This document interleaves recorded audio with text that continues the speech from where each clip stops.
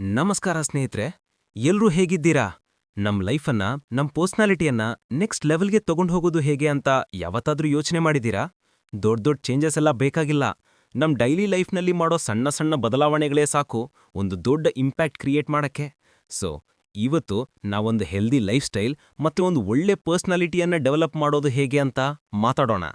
ಮೊದಲನೇ ವಿಷಯ ಆರೋಗ್ಯಕರ ಜೀವನ ಶೈಲಿ, ಅಂದ್ರೆ ಅ ಹೆಲ್ದಿ ಲೈಫ್ ಸ್ಟೈಲ್. ನಮ್ ಬಾಡಿ ಒಂದು ಗಾಡಿ ಇದ್ಹಾಗೆ, ಅದಕ್ಕೆ ಸರಿಯಾದ ಪೆಟ್ರೋಲ್, ಸರಿಯಾದ ಸರ್ವಿಸಿಂಗ್ ಬೇಕೇ ಬೇಕು ಅಲ್ವಾ?